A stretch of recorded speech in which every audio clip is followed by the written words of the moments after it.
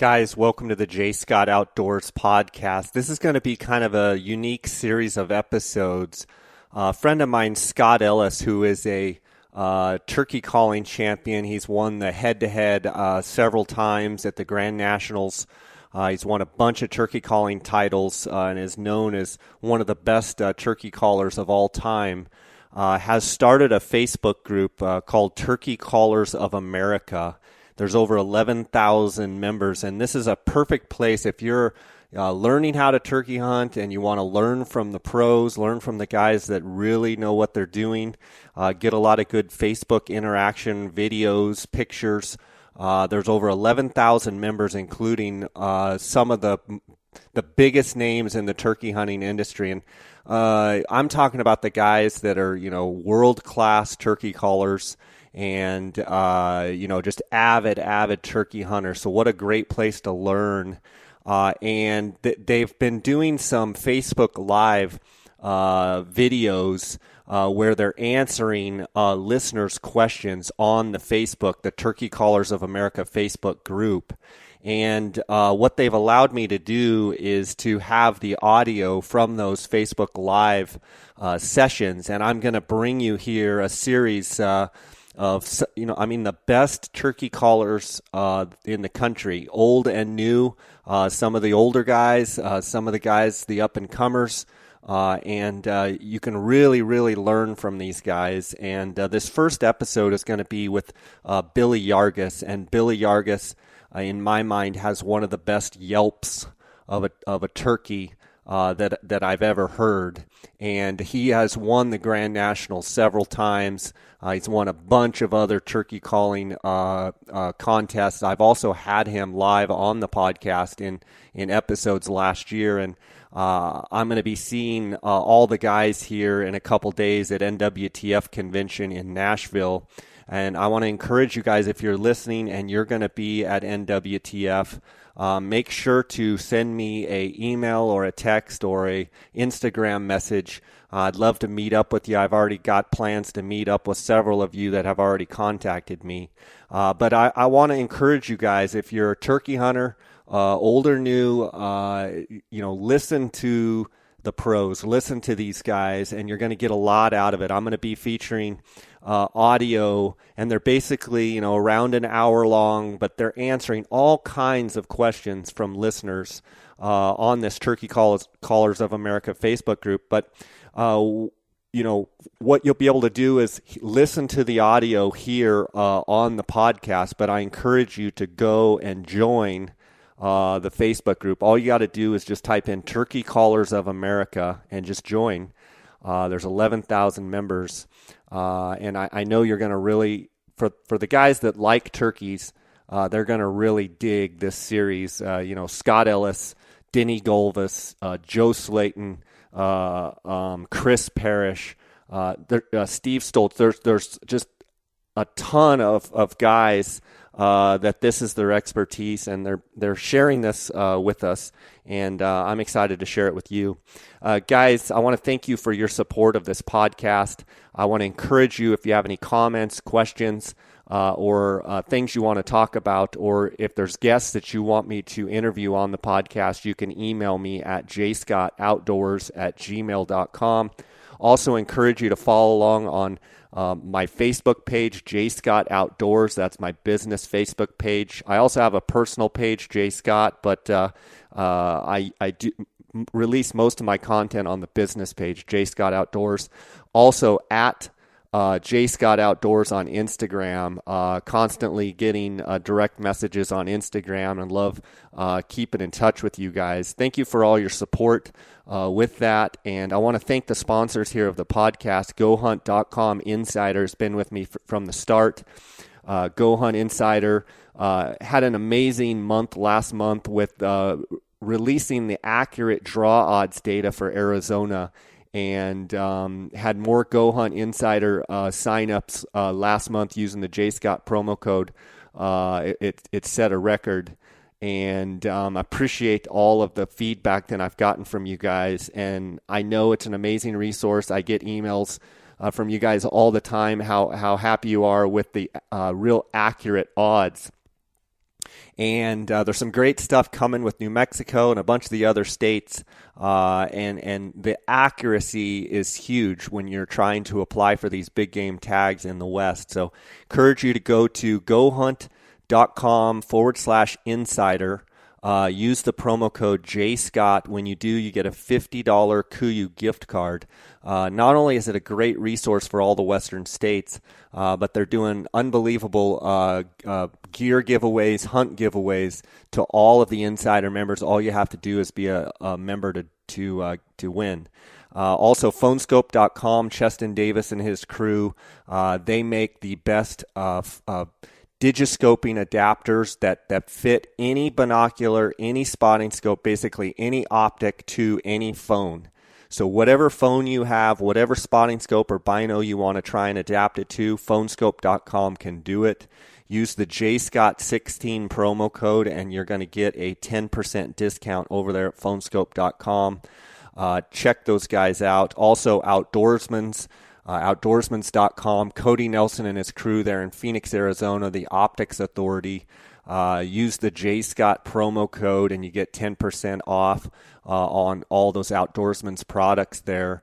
Cody and his crew do an amazing job. They're actually at the Western Hunting Expo in Utah this week. If you see him and you're a podcast listener, go by there, introduce yourself to Cody. If you haven't met him and his crew, tell him you're a JScott podcast listener. And they are the Optics Authority. So if you have any questions with optics, look those guys up on outdoorsmans.com or give them a call at 1-800-291-8065.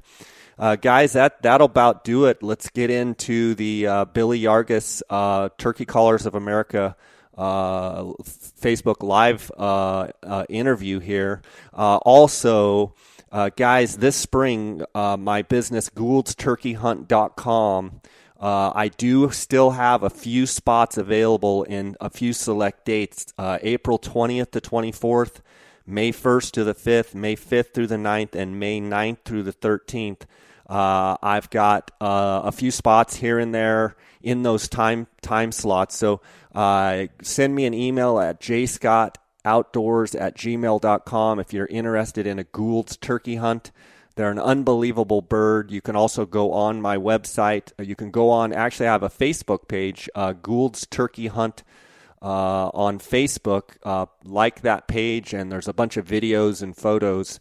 And awesome. Turkey season's here a couple months out, and really looking forward to the spring. So let's get right to this episode with Billy Yargus. A few responses there. Hey, we're going to talk about turkey calling and turkey hunting and be a little more successful this spring than normal. I hope some of you all, I'm sure, are very successful already, but we'll try to bring your calling to a new level. Try to put some more realism into your calling and try to help you with a few tricks that I learned over the years. I've been turkey hunting. This will be my 40th spring turkey season this year coming up, and I've been successful many years, and I've even had a lot of birds that I weren't successful on. The things I'll be telling you are things that's worked for me in the past and things that I enjoy doing to try to fool that turkey and get him to come to me to where I can get him harvested. But there's so many times that nothing is foolproof. There's so many times that it still doesn't work regardless. So we'll go ahead and get right on into it. We'll do a little bit of calling. One of my favorite calls is my Grand National call. I'm going to hit some of these mouth calls and start off with some tree yelps and some soft clucks and things like that, get some tree talk, like what a turkey would do. What we normally want to do is we want to try and put ourselves in a position of being a hen turkey. That's the whole key to calling turkeys, is try to imagine in your own mind, try to pretend that you are that turkey. And I think that helps make you a lot more successful. I've actually sat underneath turkeys while they was roosted in the trees above me and watched them as they looked around into the other trees, or as they looked around onto the ground as I began to cluck and do tree yelp at them and make different sounds to be able to try to get their attention. One of the things that they'll do is they'll start off clucking early in the morning when they very first wake up, and it'll sound like this.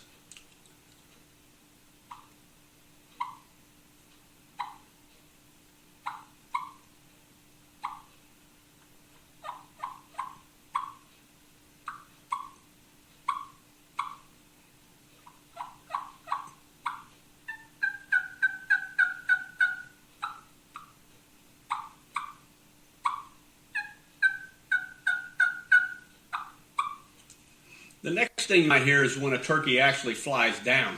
A turkey, when she flies down, will explode off that limb. I think a lot of times a turkey is looking for a clear path down the ground to be able to fly down, to be able to hit the ground without running into anything as they're flying down. And I think that makes them a little bit nervous. It's almost like they don't really want to jump off that limb and fly to the ground. There's other things waiting on the ground for them, predators, maybe coyotes or bobcats or foxes or anything like that. So they're always looking all the time, really checking out things, trying to figure out exactly, exactly where they want to put their feet on the ground first thing in the morning. So when they get ready to do that, they get kind of nervous and they begin to cluck a little bit faster, and then they explode off that limb.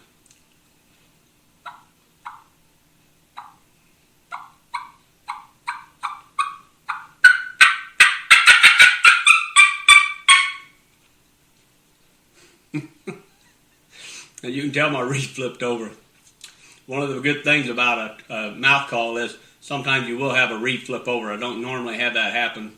What you have to do in that case, I'll give you a little tip. Make sure the top of the call is wet. That way to keep that reed down. I'm going to do a fly down again.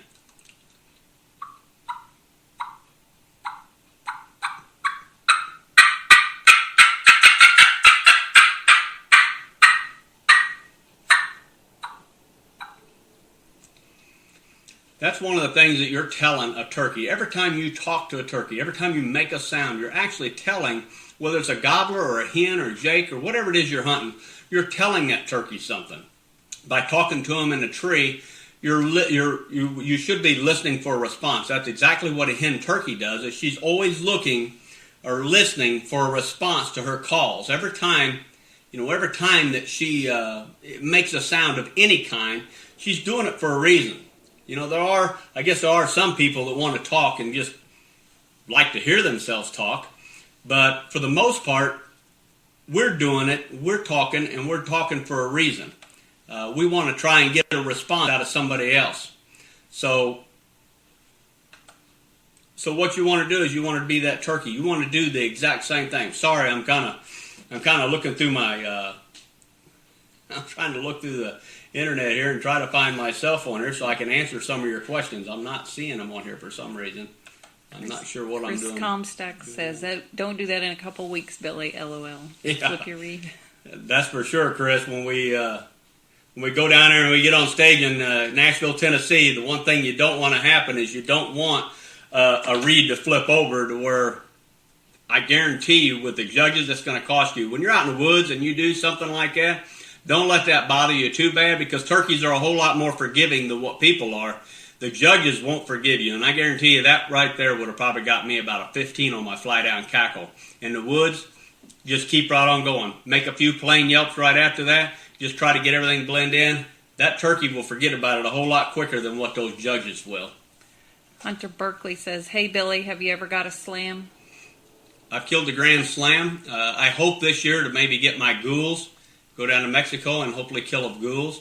It's been a great thing to be able to go out and, like, I went to Florida and I killed the Osceola. Of course, I've killed several Easterns. I've been to Oklahoma, Texas, and Kansas and killed Rios. And last year, the NWTF actually took me to Wyoming, and I got to hunt with Eric Thompson out there, and and Philip, we all went out there and we turkey hunted. We was actually able to kill our Merriams. And I'd killed Merriams before, but they was kind of a cream colored on the tips of their fans, and I wanted that real, real white. And John Brown, Chris Peltz, they helped me to do that. Brian Healy, how do you purr if you can't roll your tongue? If you can't roll your tongue, Brian, one of the things that I do this with my cutter call when I'm hunting. Now, when I'm in a contest, a lot of times I use a bat wing or a V-cut to where I can roll my tongue. But what I do with my cutter call is I kind of gurgle in the back of my throat, bugle in the back. You want it to kind of flutter, kind of. Now, I put a little sound to that, but with a call in your mouth, and be sure and look at top reed. You can do that. You press your tongue up against those reeds, and you get the tone that you want. And you want to gurgle your throat and get those purrs.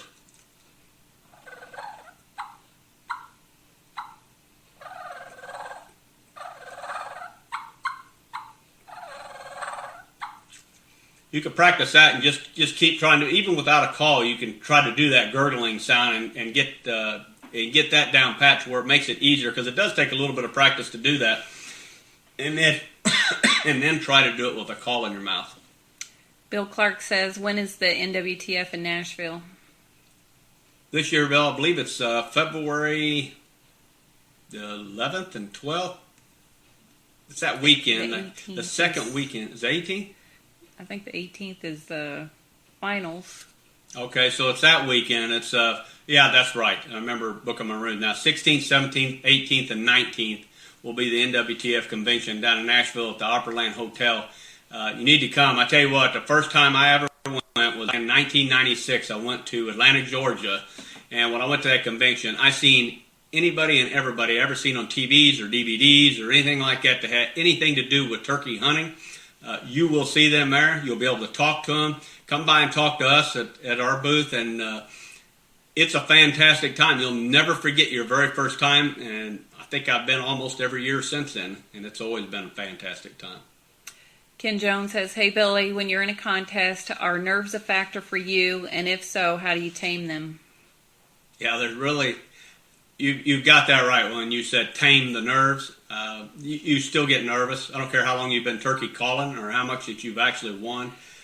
When I step up on stage, I'm nervous, and actually, I like to be a little bit nervous. I don't like to be overwhelmed with it. You just have to learn to call while you are nervous, and sometimes that can help you. I've walked up on stage before and actually been very, very calm, and when I was real calm, too calm, I didn't get the excitement. I didn't get the feeling into my calling like I normally would when I was a little bit nervous. So I think you can play it for your advantage, too. Shane Irwin says, fly down cackles are a real hit or miss in Pennsylvania. Seems I've spooked more birds than I have called in with the fly down cackle. Maybe pressured birds it doesn't work well on, ? Well, one of the things that you can do, Shane, is you can use just a wing. You don't always, every turkey doesn't do a fly down cackle when they fly to the ground. But one of the things I like to do, and while I'm doing my fly down cackle, I'll use a wing.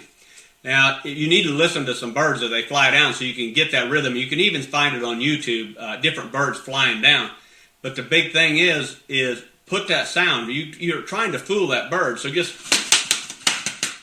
And sometimes I'll even hit a tree limb or two, and you have to be in a position where that turkey cannot see you. And once you slap that down onto the ground, once you slap that wing down on the ground like a turkey just hit the ground, a lot of times I'll start purring and clucking, and then I'll take that little wing and just start scratching in the leaves. The big thing is you're trying to deceive that turkey into believing that you, even though you might be a 150 to 200 pound man sitting at the base of a tree, you're trying to convince him that you are a 8-pound hen sitting up on a tree branch up in the top of that tree, and now you've just flung down to the ground. I know Randy Smith, a good friend of mine, one of the things he always told me was sometimes you don't have to make a call. He slipped in on birds before and get 60, 70 yards from them, especially in the public ground where they're really pressured, and he would never make a sound on a turkey call. He would set up a decoy, and he would take a wing, and he would make those wing beats like a hen turkey flying down, and all thing he would do, he wouldn't cluck, he wouldn't purr, he wouldn't nothing. He'd just start scratching in the leaves like a hen scratching in the leaves, and he's killed several turkeys like that. Joshua Pruitt, what gets you more excited, walking on stage or having Boss Gobbler hammer 10 yards away? There ain't no doubt. I'm no different than anybody else. When I go to the woods and you've got a gobbler standing there in front of you at full strut, there isn't anything any better than that. I've enjoyed the turkey calling contest. I think it's a great way to bring your calling to a new level, and it's a lot of fun. You meet a lot of new people, so it's got its place. But there's nothing like having a gobbler sneak up behind you or standing right in front of you at full strut, gobbling. Just feels like he's shaking the ground. That you just want to come unglued. I had a bird several years ago when I was hunting up here in Memphis, Missouri. A bird had come to about 100 yards and gobbled and gobbled, and then he shut up. And I called him a few times, and he wouldn't do anything. And all of a sudden, this bird gobbles behind us right across a slough, and it was less than 10 yards. And I mean, you talk about come unglued. You don't get that feeling nowhere. Bob Smith, do you huff air or blow air on the diaphragm, and can you demonstrate? I don't really huff air. What I usually do I don't know exactly how to explain it. A lot of people think that there's a word that you can actually say. What it amounts to, on my call, I use a cutter call, and on my call, you have to put the pressure up on the reeds and get that top reed. Your top reed is where all your rasp comes from. It flutters, and that's where your raspiness comes from. In order to stop that rasp or to get the higher pitches of the call, you have to press the middle of your tongue up further into those reeds to get that top reed to stop and to get those higher pitches like this. This is just kind of a soft yelp, very, very little rasp. And the reason there's not much rasp when I do this particular type of yelp is because I'm stopping that top reed.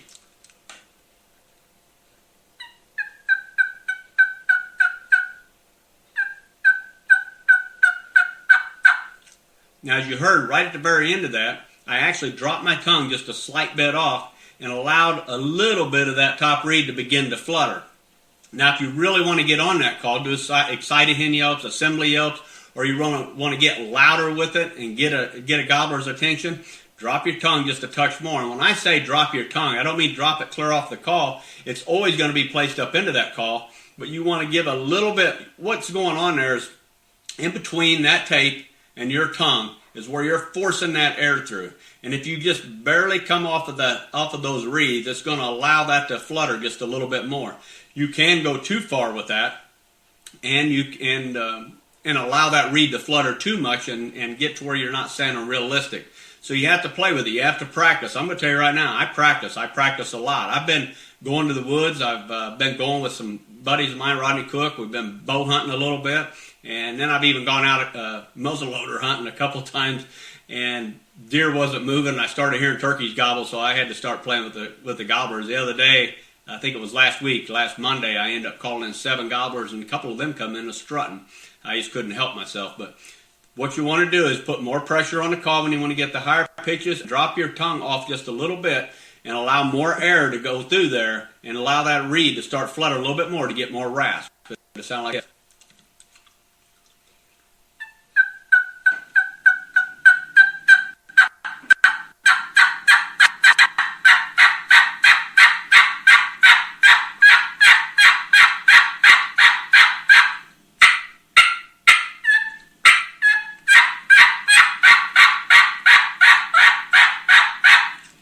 One of the things to remember is all your calling, just like duck calling or anything else, it's just like a hen turkey.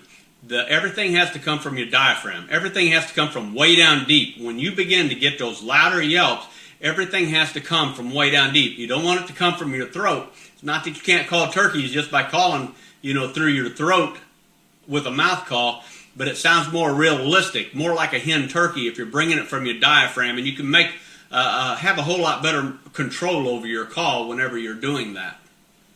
Josh Abernathy, I think he's asking advice for getting bird across a river. That's something, Josh, you just never know. I mean, I've called birds and had them fly across creeks or fly across rivers. I've had them fly across woven wire fences. It all depends, I think anyways, that it depends on how excited that bird is. How badly do they want to come to you? If they don't have hens with them, there's a good chance that they may fly across that fence or may even fly across that river and come to you.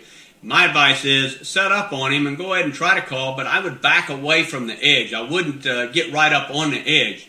I would back away from the edge, kind of like you're leaving, and reset up and get set up about maybe 100 yards from the edge of that river and give that gobbler plenty of room that if he does decide to fly across it, he'll fly right over, hit the bank, then he can come looking for you. If that's not working, my suggestion to you would be to go find another bird, because there's so many times that gobblers don't work, and I don't care how good a caller you are or what kind of a setup you've got, so many times that a gobbler won't work, and he's not workable. Sometimes you have to get up and move unless you want to crawl in there and do business with him that way. Dale Hunzucker, jam up, cluck, and purr. Thanks, Dale. Good dude there. I know Dale, he's a turkey caller. I mean, he's good. Do you, Roy Shrewsbury, Billy, do you prefer a box or mouth call in the woods? I always prefer a mouth call. Mainly, that's what I started with.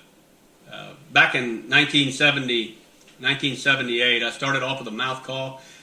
Russell Robertson, a really good friend of mine. He's gone now. He passed away in 1992. But he taught me how to hunt, and he taught me how to fish. And he was someone I know for sure that I wouldn't be where I'm at today with turkey hunting if it hadn't been for him. I would practice with my mouth call, and I think I had it right. I'd go by his house in the evening after I got off of school, and he'd listen to me and tell me, "No, you got it all wrong." And he'd get me back on track, and he did that day after day, and he didn't mind doing that with young kids. Just kept getting back on track to the point where finally I started doing a little bit better. It took me about 3 years to kill my first turkey, and after that, things kind of broke loose. Then I began to want to sound more like a turkey. I went to a calling contest back in the early 80s here in Hannibal, Missouri, where I live at, and I seen Walter Parrott there. Walter's a friend of mine now. Back then, I seen him. I had no idea who he was. He come down and he sat right in front of me at this calling contest, and he began to run a call, and he started yelping on it. I always thought that I could tell a turkey from a caller any time until I heard him yelp on that mouth call. And I was completely amazed. Russell came over, and he sat down beside him, and he said, "What are you doing, boy?" And that's what he's always calling you, boy. And he said, "What are you doing?" And I said, "I just heard a guy sitting right here in front of me that sounded exactly like a hen turkey." And he said, "Well, who is he?" I said, "I don't know." And he said, "Well, point him out." So I pointed him out, and he said, "Boy, that's Walter Parrott. He's a Grand National champion. He ought to sound like a turkey." But from that day forward, I wanted to sound like a turkey. So if you practice enough with a mouth call, you can get that good. And that goes for friction calls. I mean, slate calls or box calls. Don't get me wrong here. I use all of them in the woods. I use a box call, and I use it a lot. I've got one right here. It's called the Easy Touch. I love to definitely locate birds. Or if I'm calling, I do a lot of blind calling too, but if I'm doing a lot of blind calling, moving from one place to another, and I'm not having much luck, eventually I'm going to break out this box call, and I'm going to give some loud, aggressive yelps, a little bit of cutting, and go right back into some yelps, kind of like this.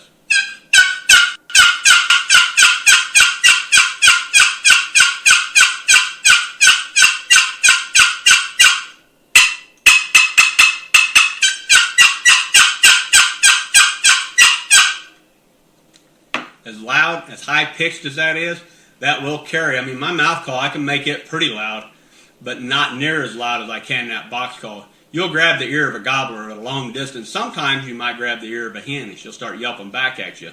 Then start calling that hen and try to get her drawn into you. Shane Simpson, tell us a little history of your experience with mouth calls. When did you first use one? When did you become proficient with it, etc.? Well, Shane, like I was saying, in 1978, I began to use a single reed perfection call is what I started off on. And I just basically was trying to get the call to break over. I wanted to graduate. My buddy Russell was using a 3-reed 3D Omega. I think it was a brown call. It had 3 reeds in it, and I began to use one of those. And it took me about 3 years. Actually, the first year I went out, I had a bird coming to me, just using that. And I was so inexperienced, I didn't know. I hadn't been hunting, but I think I started hunting that fall in August. Russell had taken me squirrel hunting, and it just escalated from there. And the first time I went spring turkey hunting, what I did, I heard a turkey cluck, and I stood up so I could get a better shot. And everybody here knows what happened. And that turkey ran off. So I didn't do any good. And even the even the couple of years that I didn't harvest a bird, those first 2 or 3 years was not that big of a deal. I still called in turkeys, but I was so scared. People had me so scared to move and get my gun up to kill a turkey that I couldn't actually harvest a bird. So finally, everything came together. I kept going out with Russell. I wouldn't let anybody call me in a turkey. I always wanted to do it myself, and there's nothing wrong with having somebody call you in a turkey, and I'm glad there's people out there that like for other people to call them in a turkey, because that's what I do. I love to go with other people and call them in a bird. But I started on a mouth call, and I did that. And then probably in 1987, I bought a Ray Eye, had a cutter call, a 3-reed cutter call, which is pretty much basically what I'm using right now. That 3-reed cutter call, I started calling on it, and I could hear a turkey in it. See, when you get a mouth call, you begin to use that mouth call, and the very first few notes that come out of that mouth call, you can hear whether there's a turkey in it or whether there isn't. And I don't know how many of them I threw away. That's one of the things that got me into turkey calling contest was I wanted to get a better mouth call. On the market, there's so many times that turkey calls people begin to mass produce them to a point to where there's not much consistency in them. And that's the only reason I got into turkey calling, is because I wanted a better mouth call. I wanted calls like Ray I produced, that first few years that he was into it. I wanted those calls, and that's what led me to do that. Andrew Moore, hi Billy. How old are most of the calls you are running on stage? Do you build them that year, or do you have some calls older than others? Hey Andrew, this year I think this call here, I built. A lot of times what I do is I put dates on them. Okay, this one was built December 24th, Christmas Eve, 2015. That's the date I put on it. This one was built March 16th, 2015. That's a cut and touch. I would say that call, I was probably getting ready to go hunting and was not happy with what I had and started building more. Here's another one that's one I used for cutting. That was built March 16th, 2015. I have had calls last me for 7 or 8 years, but I really don't use them, especially not hunting. I don't use them hardly any, except for when I get ready to go on stage or maybe do a little practicing beforehand. Most of these calls that I have right now, they're pretty new. I mean, within 1 to 2 years old. So I had to regroup last year. My wife can tell you, I was struggling last year, and I built calls and I blew calls and I went to the woods and I called the turkeys and I was doing all kinds of things, and I just feel really blessed that I won the Grand Nationals again last year, because there for a while I was struggling with some of my yelping. Tim Rigby, get to see the Mossy Oak Pro staff there too. Good luck, Billy. Any advice for Jakes that will be attending the championship in Nashville?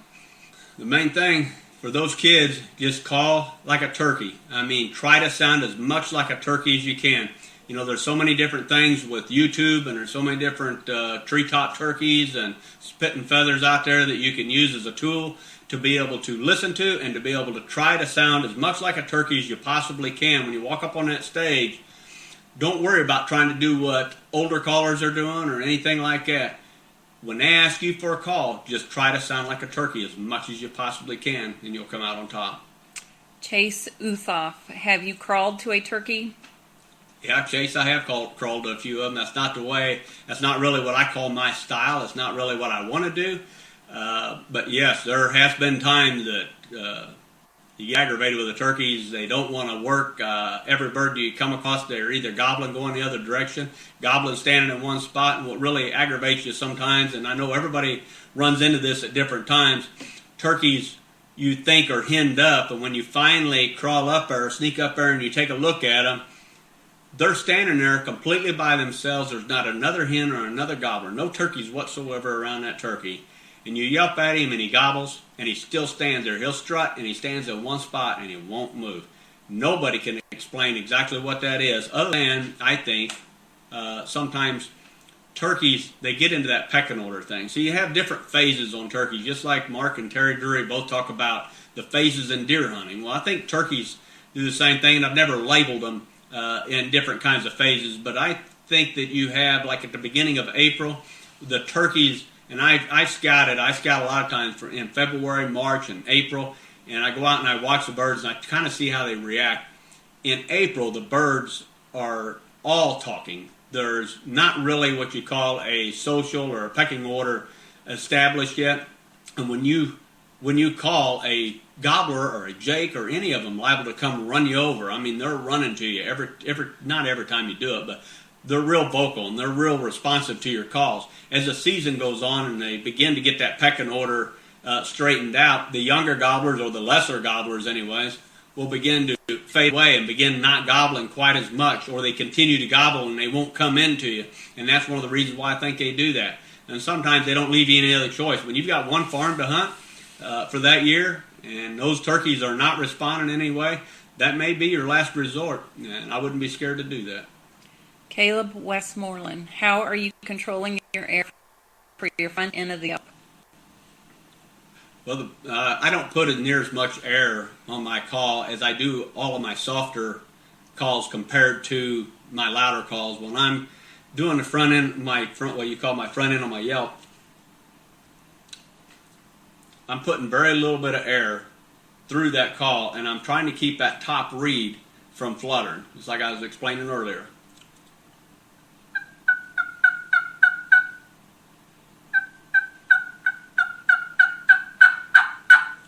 Now, I will explain one other thing, and I didn't explain earlier, was not only do I use my tongue to just stop that top reed, on a V-cut call, that's basically what you do. All the air goes right across the middle of the call, and you just put your tongue up into it a little bit tighter, and then you can drop your tongue off to get the rasp into it. On my cutter call, what I like to do is I like to direct the air more to the left side of the call and get that higher pitched, clearer sound out of it. And as I begin to want to get raspier, I drop my tongue just a little bit, allowing the air to come back over right into the middle to the right side of that call in order to get that reed to completely flutter. So whatever call you're using, whether it's a shipwreck, whether it's a cutter call, a bat wing, a V-cut, or whatever it is, you need to figure out exactly where do you want that air to go across that call to be able to get the sounds that you need to be able to get your high front end, to be able to get your back end on the call. And it's the same way with cutting, with clucking, with tree yelping, or fly down cackles, or any of that stuff, or even the kiki run. See, when I kiki on this call, and when I kiki on it, what I'm going to do is I'm going to push my tongue all the way up into that call and get that top reed to quit fluttering, and try to just what I do is I push it up in there and I just try to get a little bit of air going across those two bottom reeds to be able to get that high-pitched whistle.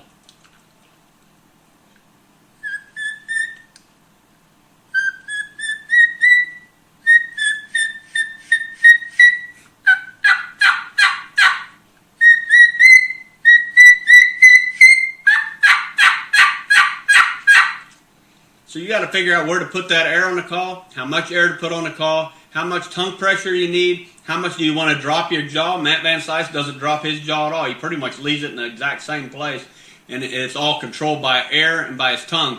Me, I like to drop my jaw, so it all depends on what works best for you.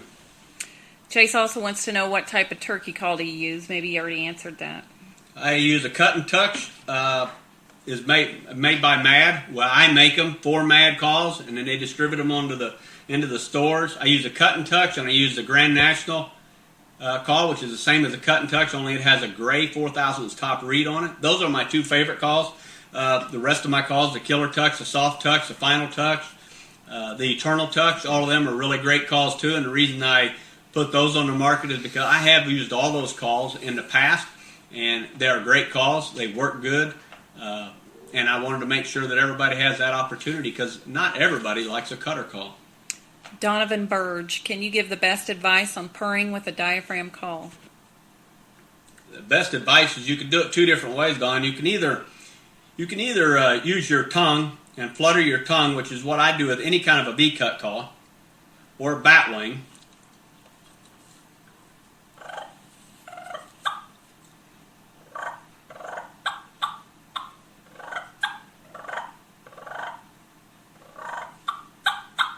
Or you can use a cutter kite call.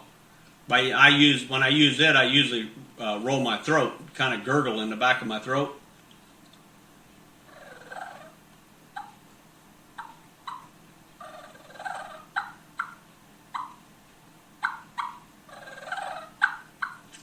So it depends on what I learned how to do it both ways. I first learned by rolling my tongue. For me, that was easy, but for some people, they just can't roll their tongue. So my suggestion is try rolling your throat. Now, that's with a mouth call. The other part is, if you can't do that, I mean, you can run your mouth call with everything. When you want to purr and cluck, just use a slate if you have to. As far as hunting in the woods, I mean, turkeys, they don't pick up on that stuff. Not like a judge would in a contest. Christian Tony, which diaphragm were you demonstrating your fly down with, Billy? That was with the Grand National call that I make for Mad Calls. It's a three reed cutter call.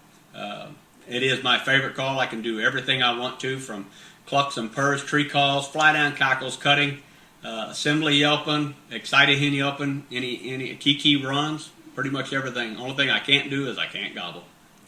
Clay Herb, how often do you practice, and does your wife get tired of you practicing? Hey, Clay, she's right there. She could answer that for you. Yes. That depends on the year. Yeah, there are some years that I will drive her pretty well crazy. If I am struggling, that's when it really gets bad. If I'm not struggling and everything's going good, so far everything's good this year. So if I'm not struggling, it's not too bad. It sounds like maybe you've experienced this before yourself.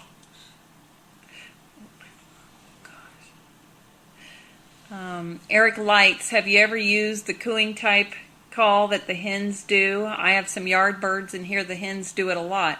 I used it as best as I could make it sound last year, and it seemed to ease birds that, I can't read the rest of this, were nervous. Yeah, a lot of people say quit calling, and I'm going to tell you the exact same thing. If you've got a bird coming to you, and he continues to come, there's really no reason to call. I mean, let him come and search for you. Let him come and look you up, that's one of the things that you want to do. But I am guilty, and everybody that hunts with me would say that I'm contradicting what I actually do, because what I actually do is a lot of times I'll keep calling to that bird until he's right there. A lot of times till I pull the trigger. So many times I'll get a bird in there, and just like you said, just those little whips, little whines, just the little bitty things that the hen turkeys will do when they're just feeding around there, and a lot of times not even paying any attention to a gobbler or another turkey.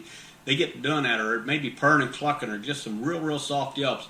I've had birds actually spook before, and I begin to do that, and they calm back down. It's like, now if they see you and they know that you're a human and they need to get out of there, they're going to get out of there. But if they just seen something that was a little bit out of the ordinary, a lot of times you can begin to do those kind of calls and calm them back down and allow you to get that shot. Mike Batty, what do you contribute to you being able to reach that goal of national and world champion? Hey, Mike, good to hear from you. It's I don't know. I've just been very blessed. That's the best thing I can tell you. I mean, yes, I have worked hard. I spent a lot of hours and hours and hours in the woods. My wife can tell you, if you ever see her, you can talk to her and ask her. A lot of times I start in December, January. I used to always start in February. I mean, a lot of times go out there every chance I get and try to listen to birds that are up in the tree. And now a good friend of mine, Denny Gobblers, he's been sending me some clips of some turkeys, and it's phenomenal, the stuff that he's getting. Brad Taylor's another friend of mine, the treetop turkeys, that's phenomenal.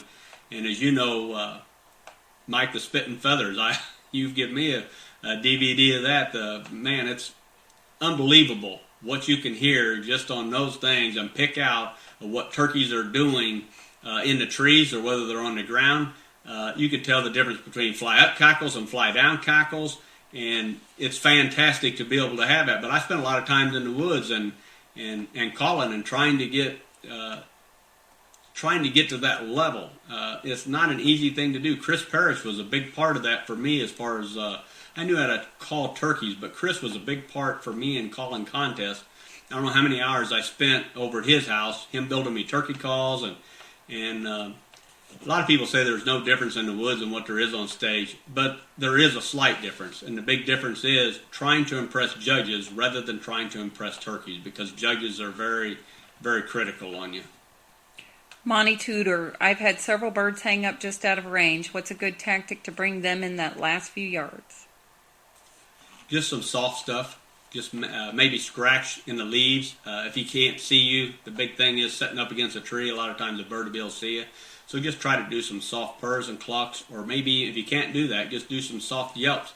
A lot of times just a few little clucks will make that difference and get him to come that extra few yards. Caleb Martin, have you ever used gobbler clucks to call birds in? Hey, Caleb. Yeah, I've used gobbler yelps and gobbler clucks. Sometimes you want to do that and try to get on their jealousy side. I had my daughter hunting with me, Katie, one time, and we had a bird gobbling on each side of us as we was setting up against a tree. We were setting side by side, and I had a gobbler off to our left, and I had a gobbler kind of down to our right in front of us. And the gobbler on the left had shut up. When he flew down, he got quiet, and he wouldn't say anything.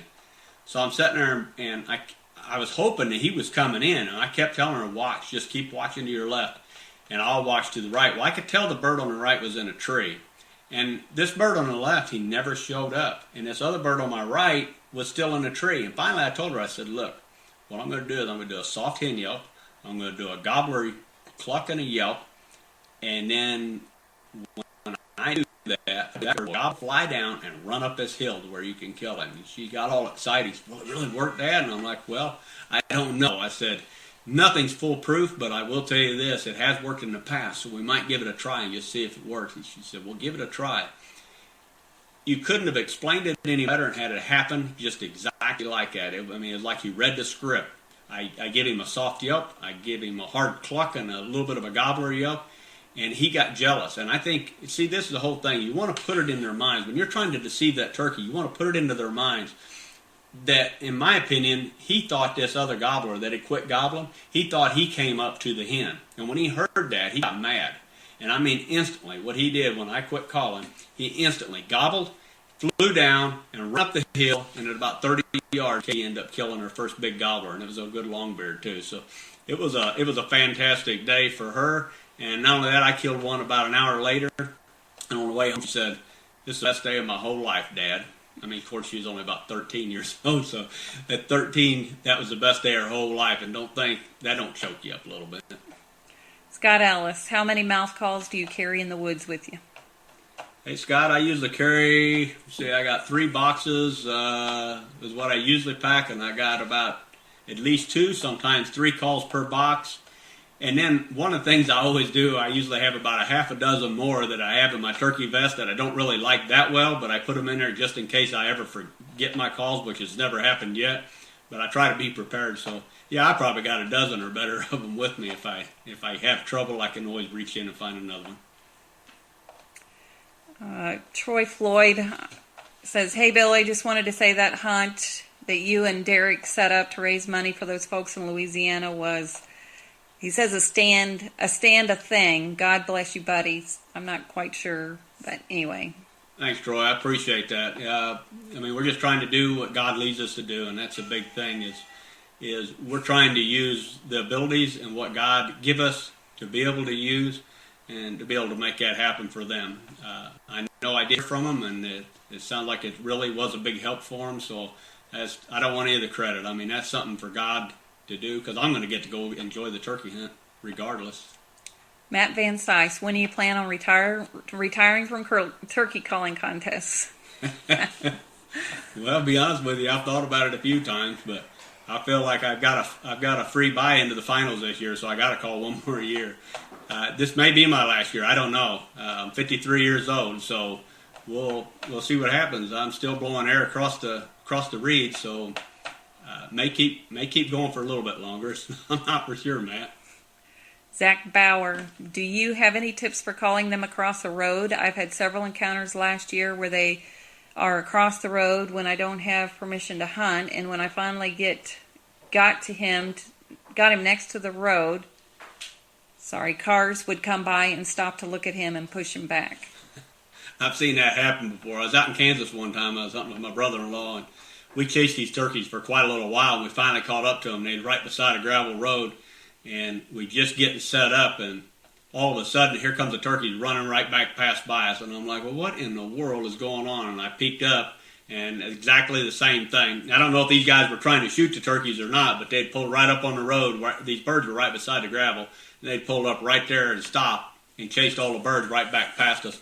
I didn't shoot one then because that wasn't the way I wanted to kill him, just have him running by me. But there's really nothing you can do about that. You can't control other people. Just keep after him, and hopefully that one day you'll get lucky and nobody will drive by and see him and want to stop and take a look at him. Andrew Moore, what's your calling and hunting schedule like this year, Billy? Andrew, I'll have to call you later, and we'll talk about that, maybe down at the Nationals. Joe Slayton, what tactics do you use on turkeys that don't gobble? What I like to do is, Joe, I like to blind call a lot. I learned that when I was younger, when I was very young, and I always say when you're having problems or when I'm having issues trying to kill a turkey, I do a lot of blind calling. I feel like I got to go back to the basics, and that can be whether you're in turkey calling or whether you're talking about hunting.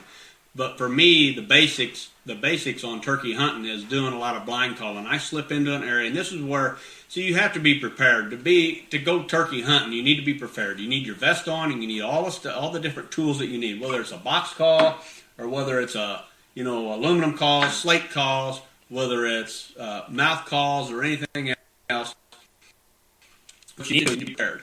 And not only in that way, but also with your scouting. You need to know where the birds are roosted. You need to know where they're feeding. You need to know where they're getting their water from, where their strut areas are, where their hens are staying at. You need to try and figure all that out in all these different areas. So by doing that, a lot of times what I'll do is I'll slide in and get set up and never make a call, not try to strike him up.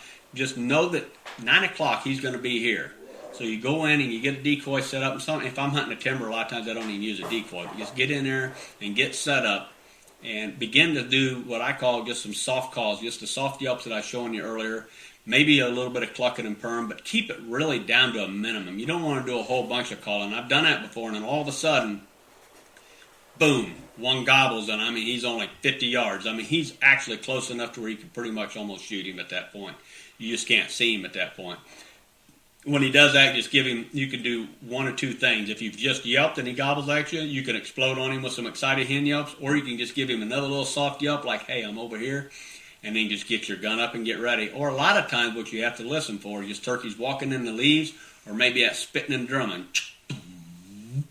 You want to hear that, that bird's coming to you. A lot of times they won't make a sound. They won't make a gobble. They won't make a yelp. And then there's another part of it, too. If you hear one yelp at you or make that loud gobbler cluck like Andrew was talking about earlier, you can detect that that's a gobbler, too, and get yourself ready. I just do a lot of blind calling, what I do when the things get tough. Joe Saucy, where did you learn how to make the different cuts on your mouth calls? You see a lot of them in the stores. I mean, Chris Parrish showed me, Chris Parrish is the one that showed me how to build mouth calls and showed me how to make those different cuts into mouth calls. But yeah, just over the years, I think it was back in the 80s when people actually started cutting the mouth calls and getting the different cuts into them. And I don't know how you could really design anything any different to what's out there on the market today. But that's where I learned it from, is Chris Parrish showed me. Jonathan Miller, what are the subtle differences in hunting/calling the different subspecies? There's really not a whole lot of difference. The one thing that I've noticed more than anything, and I haven't hunted the ghouls, but as far as Osceola, as far as the Eastern, the Rio, or the Merriam, the only one thing that I've seen different is the Eastern and the Osceola are, to my opinion, pretty much the same, other than the Osceolas, they seem to like to fight a lot more than most birds. When I was down there hunting them, they seem to want to fight a little bit more. The Rios and the Merriams, you can set up 200 or 300 yards from them if they're not really high pressured, and a lot of times they'll come to you, and sometimes in big flocks. But as far as calling techniques on any of them, the big thing that I seen was the Rios or the Merriams, when they're cutting or anything like that, they seem like they have more of a high pitch. Real high-pitched cuts. It's, I don't know how to explain it. I can do it for you. See, your normal bird around here, as far as the Eastern or the Osceola, will cut like this.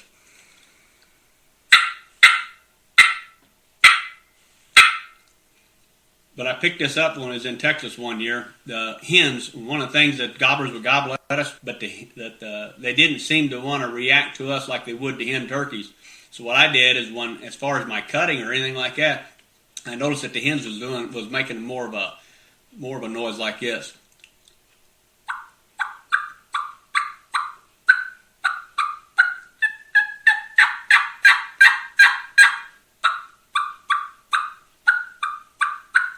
And that just drove them crazy. When I began to do that on that call, it just drove them crazy. And that's the only differences that I've really seen. As far as anything else, especially the yelping, it's pretty much the same. Joe Saucy, is there a difference between competition calling and hunting?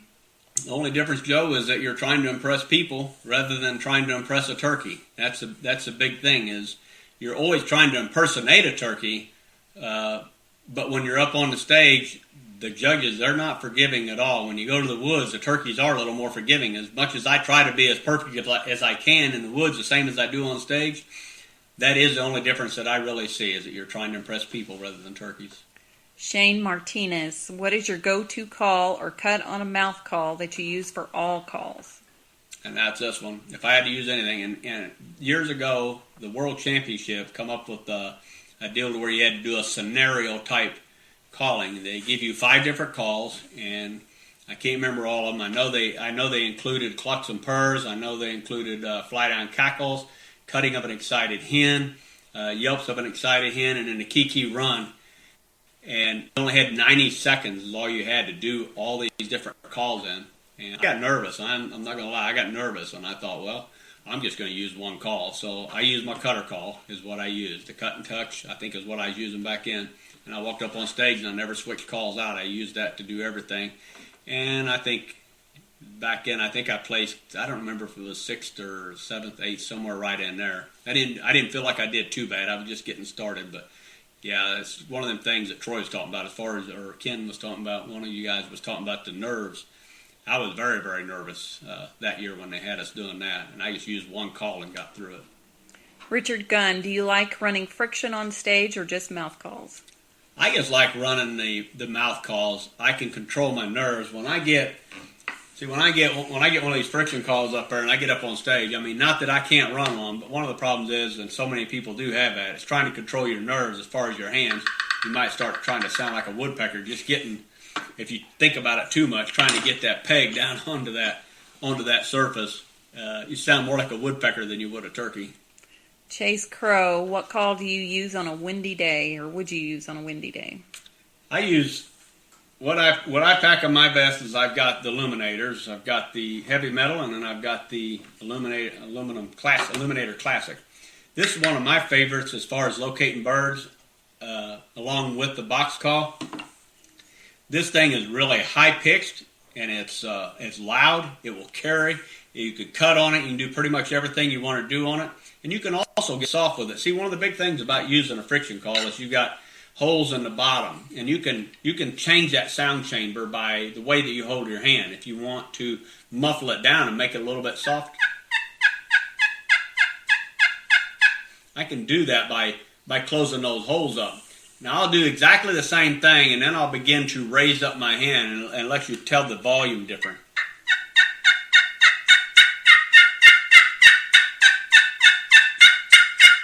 I'm not changing the pressure of that call or anything like that when I do that. But when I want to locate, I put that in my fingertips, and it gets loud. My wife loves it when I do this in the house.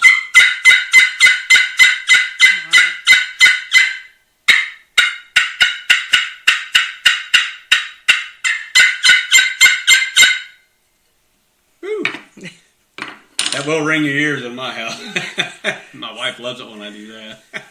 Scott Ellis, how close do you set up to a turkey on the roost? Well, Scott, it depends on what kind of year I'm having. If you've got turkeys that are really tough and hard to hunt or really henned up bad, there are times that I'll try to push in within 50 or 60 yards. Most generally, I don't shoot turkeys for a long distance. I like to get them right in there close, but sometimes I'll set up 50, 60 yards from them and when it gets tough and try to do that. But normally I want to try to set up at about 100, 125 yards and try to call him in, try to get him to work. I like to be able to use my wing and be honest with you, I move around a little bit when I'm sitting up against that tree, way more than what I actually should. I mean, I know when to sit still, but yeah, I would just soon be able to be comfortable and sit there and not have to sit like a bump on a log for 30 minutes just waiting for him to fly down out of that tree. So I get close if I need to, but if I don't have to, I'd rather sit back just a little bit and call him to me. Chase Crow, what call would you use on a hung up bird? I don't think we've answered that yet. I'm not sure. There's a various amount of things that you can do. One of the things that I'll do is sometimes I'll even try to gobble at him if you're not hunting on public ground. What I do a lot of times is I'll start off kind of soft, maybe try some excited hen yelps, and then maybe just throw a quick gobble in there, maybe a Jake gobble at him, and try to get him to close that distance. Or my last resort would be a gobbler fight. But what I usually do is start off kind of like this.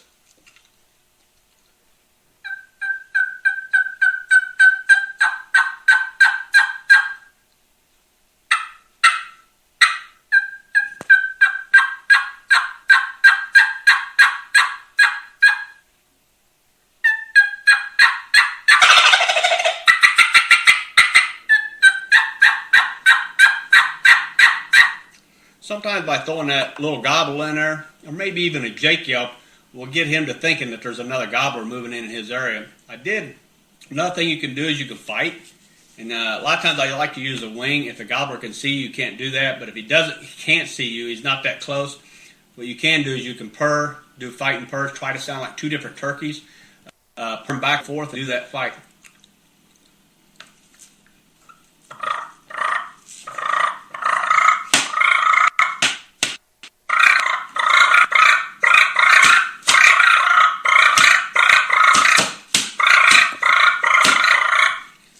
And a lot of times that'll get a bird to come. It's not kind of like people, you know, when you hear that there's a fight, a lot of times a crowd goes running. I know it was in school, it was that way.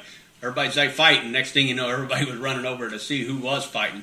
And I think turkeys do that a lot of times. They're not wanting to allow any, especially if he's a dominant bird. Now, one of the things I did run into on something with Alan Bear Horse in Canton one year, we had a bird that gobbled down in the bottom. We were sitting up on top of a ridge, and we slipped down along those bottoms, and we tried to get this bird to come to us. We seen him. He was strutting the field, and he was gobbling clear up until I yelped at him.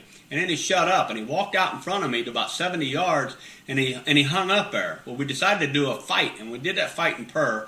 And I didn't use a wing because the bird was too out in the wide open to where I couldn't use that wing. He was going to see me. So I just started doing those purrs, and Alan was doing some purrs behind me. This bird turned around and he ran the other direction. And I'm like, man. I asked Alan, I said, was it that bad? He's like, no, I thought it sounded pretty good. Well, the next week, I went back to the exact same place, and I was up on top ridge, and I began to call, and a turkey started answering. He come to me, and he did the exact same thing. About 70 yards out, he hung up, and he wouldn't come to me. I could hear him drumming. I could hear him gobbling. I could hear him doing everything. I did everything I knew how to do, and I even tried a gobbler yelp. This bird still would not move. Finally, I thought, after an hour and a half, I'm going to have to do something. Either that or go find a different bird. So finally, I did a fight. Only this time, this bird was there in a matter of about 5 to 10 seconds. After I started that fight, this bird ran as fast as he could. I mean, I didn't even have a wing. I had my hat, and I was using it on my rubber boot. I threw my hat down, grabbed my gun, and I'm not that good a shot, but I ended up killing that turkey. And what I remember from all of that, and what I think I learned from that, you never quit learning. I've been hunting for, this will be my 40th turkey season this spring, and I never quit learning. But that year I learned that the one bird was probably insubordinate gobbler. He also, I didn't say before, but he also had a Jake with him. So the one bird that was down in the bottoms, he got scared. When he heard that fight, he wanted no part of that. And he just took off running. He just wanted out of it. The other bird, on the other end, he hung up, and he wanted the hens to come to him. But when he heard that fight break out, what I believe is how I deceived him was he thought that maybe that Jake and that young gobbler or insubordinate gobbler got into a fight. He was coming up to settle that score and do it pretty quick. And I mean, that bird had an 1 3/8 spurs, so he was an older bird. Shane Martinez, what is your go-to cut on a call that has the versatility you like for hunting? It's the same thing that I use in contest. This is a call I use in contest, and you can see it's kind of getting nasty looking, but I use this in the woods. Matter of fact, this is the one that I've been using in the woods. It's exactly the same thing. I've been using it in the woods. I'm going to use it to kiki on this year. One of my best yelping calls that I've ever had is one I started off using in the woods and clear up until Matt Van Sice told me I need to quit it and put that thing away because I needed to use it in contest. I ended up winning a Grand National title with it. I don't know. I played several times with that call because that's a call that I had for 6 or 8 years. Frank Hanley, can you gobble on a mouth call? I can't gobble on a mouth call. I can gobble a little bit with my voice. That's about the best that I can do.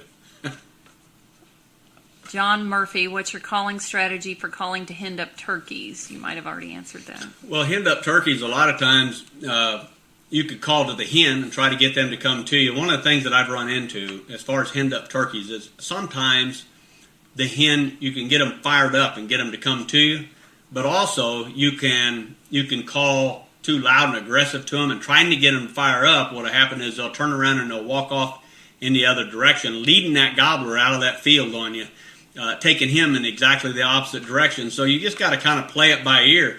If you offend that hen and she gets mad at you and she decides to turn around and walk away, there isn't anything you can do about it. I know I was hunting with Jason Cruz down in Tennessee, and I don't know how many times we went around that field to try to get in on these birds.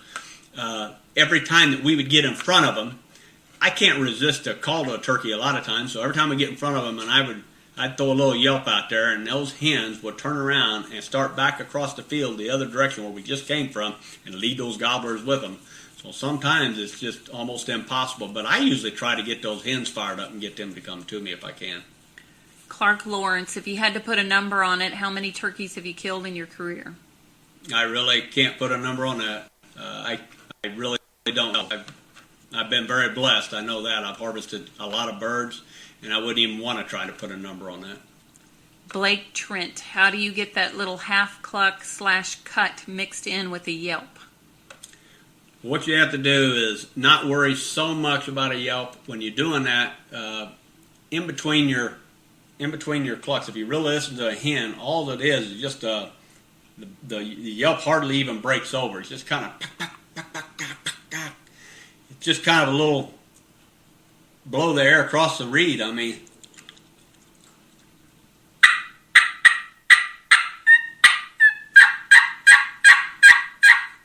all you're doing is getting the front end of that call when you're doing your cuts, and all of a sudden you put the front end of that call. I can tell you this much: we as turkey callers cannot even come close to doing what hen turkeys could actually do.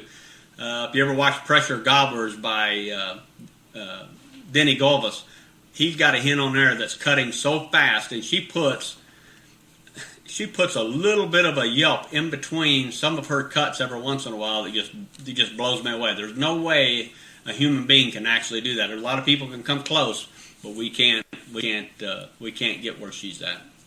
Mike Smallwood, how do you call to a tom on the roost? I usually like try to be fairly quiet. I usually like to just do some tree yelps. You got to kind of feel the birds out. If you got hens in that area and they're fired up and working on you, they're calling back to you and getting aggressive and stuff like that, I like to mimic and do whatever the hens are doing in that area. If they're being quiet and stuff like that, I might try to do just exactly what they're doing and maybe try to raise that bar just a touch. What I try to do is I want to be the first hen that starts talking, and I want to get that gobbler's attention on me if at all possible and get him to come to me. That's not a foolproof thing. It doesn't work all the time, but I've been very successful doing it that way. Bob Smith, do you prefer a jig or a press when you're building calls? I've got a jig that I use to build a lot of my calls because I use a slightly larger frame. My pallet is a little bit bigger, and I have a medium frame is what I use a lot of times. And I do have a press that is set up exactly like my jig as far as I have a dead stop on it. I know exactly how far to stretch those reeds in each one of the calls to where they're exactly the same every time. So it really doesn't matter. My hand jig I use when I go out of town, and I use it a lot of times when I'm building out of medium frames because my die on my big press is not set up for that. Jason Walker, how do you get when your call from slipping when transferring from Yelps to Clucks back to Yelps without a pause? A lot of that has to do with the tape. I like to use a little thicker tape. I know a lot of guys like the thinner tape on their call, but the thicker tape for me, it's a little bit rougher when you first start using that call, but once you get it seated up into your mouth and into your palate, once that call gets to that point to where it actually has formed the roof, the thicker tape on there will actually put it in there and hold it a little bit better than what that softer tape will. Jim Martin, Billy, do you do any natural voice calling? If so, demo, please. No, other than the gobble, that's about it, what I did there just a few seconds ago. James Bubba Madden, in your opinion, what is the best way to call later season birds? A lot of times you have to back off. That's when I do a lot of blind calling. Just slip in and try to do some of the softer yelps, maybe the scratching in the leaves, clucking and purring and things like that, to try to get them to come into you. That's where your scouting really comes in, because later in the season, the birds are starting to get quiet. So your lesser birds aren't gobbling a lot of times, just your dominant birds. And a lot of times what you'll run into, there is no gobbling. And the reason I think a lot of times that is, the insubordinate gobblers, the lesser birds, quit gobbling because every time they go to gobbling, the dominant bird will come in and he'll whoop them. All right, well, the dominant bird quits gobbling because he's got the hens with him and he don't have any reason to gobble. So then what do you end up with? There is no birds gobbling. A lot of times, look for the sign and find out where where they're feeding at, where they're strutting at, where they're getting their water from, and where they're roosting at, and slide in there and don't expect to hear a gobble. I know a lot of guys don't like to hunt that way. A lot of guys say if they're not singing when they're coming into me, then I don't want nothing to do with them. And that's fine if that's what they enjoy. You know, I enjoy that just as much as they do. But if the birds aren't gobbling, I will still go in and I'll set up like that and try to get that bird to come into me, whether he's gobbling or just drumming. Wade Browning, I've seen a lot of callers that utilize what I can best describe as a raindrop sound, but I can't seem to recreate it myself. Any of getting that tone from a mouth call? Yeah, the big thing with that is you need to try to stop that top reed. A lot of people I hear try to do that kind of a call, and what they end up with is that top reed will flutter just a little bit, and you'll lose that clearness. What you're looking for is that real clear, like this.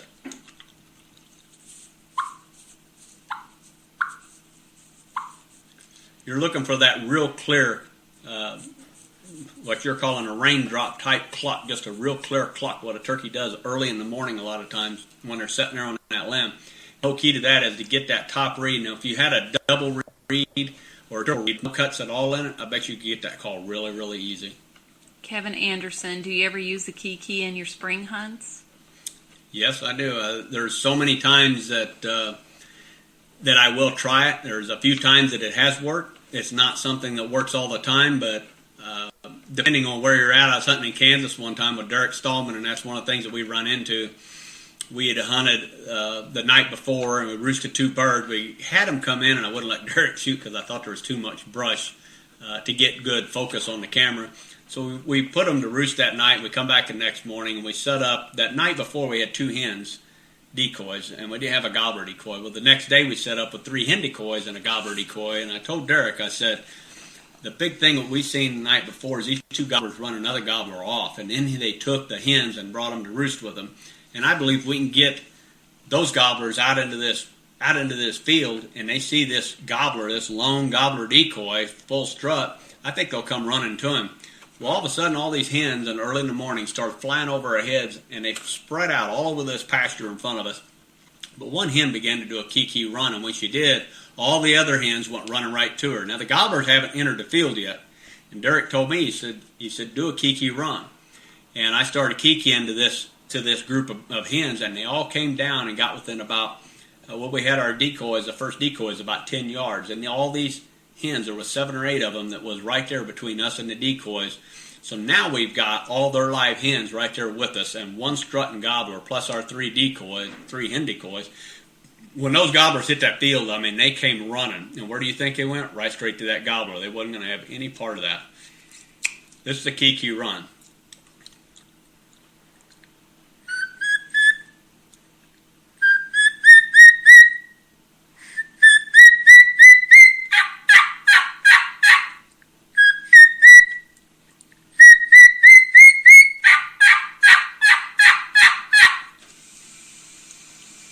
Hunter Berkeley, how do you gobbler, yelp, and cluck?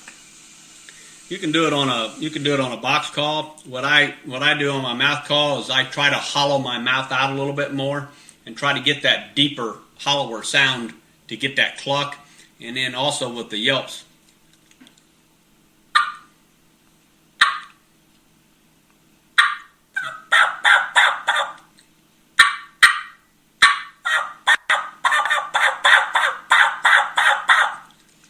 That's what I do to try to get that gobbler yelp. A lot of times a gobbler might only yelp with 1 yelp, or he might yelp with 3, 4 yelps. A lot of people think that that's exactly what a gobbler does every time, but realistically a gobbler will go ahead and, I've heard an assembly yelp and do all sorts of different things. Andrew Moore, describe your favorite hunt you've been on. Our battery's getting low. Our battery's getting low, so we're going to have to wrap it up here pretty quick. As far as my favorite hunt, there's been so many I really can't say. I guess one of my favorite hunts was some of my favorite hunts has been with my daughters. I mean, those were some fantastic hunts. Some of the most memorable, probably. That would be what I would say. Tim Sias, how long do you practice a day before a competition? Just joined, so sorry if I already asked. Not a problem. I usually practice. I start off back in December, January, and there's some years if I'm struggling, I won't stop from one spring to the next next January or February when we get ready to go to calling contests. Sometimes I'll just keep after it all year long. But I also fall turkey hunt, so I'll definitely be hitting calls. After spring turkey season, I'll definitely be hitting them in October and part of November, and then go right on in and maybe do some bow hunting in December, and then get right on into practicing January and February to go to the Grand Nationals. Listen, guys, we're going to have to wrap this up. Sorry to cut you all short if you didn't get your questions in. I didn't realize that we'd been on here for an hour, but my battery's running low on my phone. So the main thing is that I can tell you is good luck with turkey hunting, and I hope that this has been some kind of a benefit for you. I hope that you have a great spring, and if you're turkey calling in contest, I wish you the best of luck, and God bless.